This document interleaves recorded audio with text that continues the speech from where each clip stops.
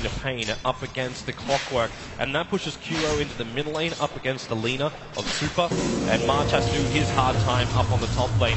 Okay, also I want to look at Hal. Let's talk more about the Morphling while we've got some time. They can be a little bit more passive in the early laning phase. What is Hal meant to build? What is his timing? And what's really the objective of this Morphling? Generally, the two core builds for Morphling are either a very combat-oriented build with an early Manta, or it's the classic Lincoln Sphere into E-Blade build-up, which also got nerfed as E-Blade was changed to a projectile, so Morphling got hit like twice as hard. I think in this game, the E-Blade is extremely powerful for their team just because of how much magic damage the other heroes also have. And it's a pretty good way of dealing with Smart. You want to kill him in a very quick burst rather than having sustained damage that he can just outlast with his ultimate and just running in and out of fog. So I would like to see Hal with a shotgun build in this game. I think it could work with if Super has a good mid lane. And so far he's doing a Yeah, he actually almost, if he was able to hit the Light Strike Array on QO, we'd be looking at a very one-sided lane going the way of VG Gaming, with QO able to pounce away, use his salve. And once he's level 6, QO won't really care as much about this harassment coming out from Super, because he'll just move out of vision, heal up, and then come back and do it all over again. The Laguna Blade is the only thing he'd have to be slightly concerned about. In the meantime, I also want to keep tabs on Nuts and his movements. The Witch Doctor play for MVP has made so much space. The Paralyzing Cast, they keep catching teams out away from creep waves, away from neutrals, and just having these isolated heroes getting hit by the cast. It's almost like having an extra ultimate during a team fight. Nuts' position normally perfect on that. This game it's going to be hard for him though, because I think the way VG Gaming's lineup is set up, it makes it a lot less likely to find those incredible casts. Morphling can just dodge it. March is dead. March should really be dead right now. He is in a lot of trouble here. The smoke moving up by Fenrir and FY. He's got charge, but that's the reason why FY is holding with the telekinesis, so he can drag March back. And the bash onto Hal. He does the damage, but not enough to get a kill. Morphling will take it. And VG Gaming off to a good start on their Morphling. And this is a hero that really does not play well from behind. That's why I think the panel were, first of all, surprised because we don't see Morphling in general. But secondly, they were talking about how they needed a fighting carry early on. And Morphling is, waveform is pretty good for fighting early, but that's like everything you have. You're not really much reliable outside of that until you start getting some decent core items, such as the shotgun build. So it's very important that Hal gets his farming speed increased here, so that he can play out the game plan for VG. Yeah. Moving forward in these items. I also want to keep tabs on March, because we did see the effect where if you look over towards what happened with EG and PPD Spirit Breaker, the lowest net worth is still having a huge impact on the game. Just charging around, you've already got a level 4 Spirit Breaker. When's this going to start to affect the other lanes? Super with the Light Strike Array is the only thing that can stop the charge in. And in fact, well, QO, they're moving up for him. Ice got both Cogs as well as the battery assault for QO. Try and break free. The Light Strike Array not going to connect, but it does not matter. The Lina still having enough damage, and QO dropping quickly. And Super with a haster, and he might go for more. Finds the stun over on Nuts, going deeper into the tree lines, and Nuts, the Paralyzing Cast around, buys some space with a rocket, and the attack gives a double kill over to VG Super. That ends up being a pretty costly misplay here from MVP. Unfortunately for them, Febby did not get the Grave off. I think he got surprised by how fast QO got taken down, and ultimately didn't manage to get the Grave off. And that also gets Witch Doctor killed, because if he had got that Grave off, it's very likely that Lina would have chased. And at the very least, their Witch Doctor would have been able to dodge off to the right. So this is very big for VG Gaming, getting a kill on Hal and 2 kills on Super, already a 500 gold lead for them. They're going again on top. This time the charge will be successful, however, because FY led with the telekinesis.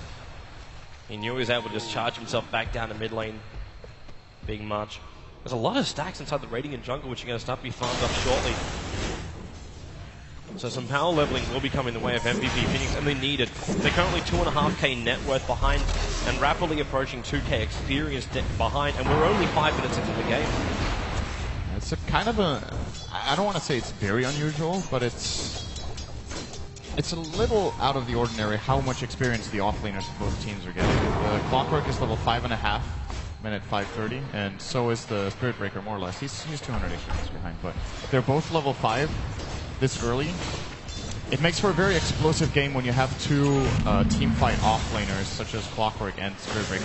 March in trouble again. He should be dead right now. He try and turn for a charge through three of them, and that's exactly what he's going to do. Maybe the Shallow Grave will be up, and March, just get away from VG Gaming or else you will die. The Sonic Wave, in comes KP! While the Spirit Breaker may die, there'll be a double return as the attack flies up and kills off FY.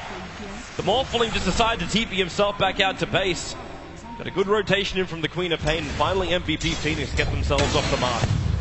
Hal just waited too long. I think they could have waited for him to kill the Spirit Breaker before the Grave even came off. He wanted to be sure to get the last hit. It's understandable when you're playing the Morphling in this position that you want to be greedy and secure the kill. And maybe he was missing just that little last bit of damage to secure it. And the counterplay from MVP there, really important. Yeah, because this now is going to give momentum towards KP. Up to level 7 and also able to finish up his full treads. Still Ice now has his level 6 you were talking about. They're trying to do something with it. The Lina actually rotated down to the bot lane to try and find some hook shot into Light Strike Array and Laguna, just a quick pick off and then straight back to mid, but unable to find anything, he will still return to mid. Hero has to know there is a ward here. He's not regenerating when he's on his own cliff at nighttime. There has to be enough reward, but he doesn't know where exactly it is. It's of course on Lina's own cliff. This negates a lot of Slark's strength in this mid lane during nighttime, which is usually when he starts having a really big impact. First of all, from reaching level 6 around that time, and secondly, of course, because of the extra night vision this hero has. The Mad Cow's on the charge. I think March then realized he's going to charge right through the middle of the mid lane. And he's just trying to stick just outside of vision, if possible. He was coming down for Ice. He's actually trapped here until Kuro mops up the creep wave. Wants to keep his movements a little bit more secret. I'm still wondering though, like if you do charge yourself in, can you find yourself a kill on bot lane without the Sonic Wave from KP? Is there really enough damage from MVP? We don't want to rely on 17% to win those fights. Arch is level 6, so... Here comes your charge, coming after Super Kuro. Just wants to dive. He's got the Shadow Dance. Light Strike Array's going to miss here. And in comes KP with a big Sonic Wave. FY getting hit by it as well. And Kuro chasing up with the Shadow Dance, just dealing out that essence of Rubik. But then Fenrir buys a little bit of space. But he'll have the Dark back. FY going to dive back behind the tower while the comms. It's March who's protected by the Shadow Grave. Charging away. He's going to get hooked. Shot it down by Ice.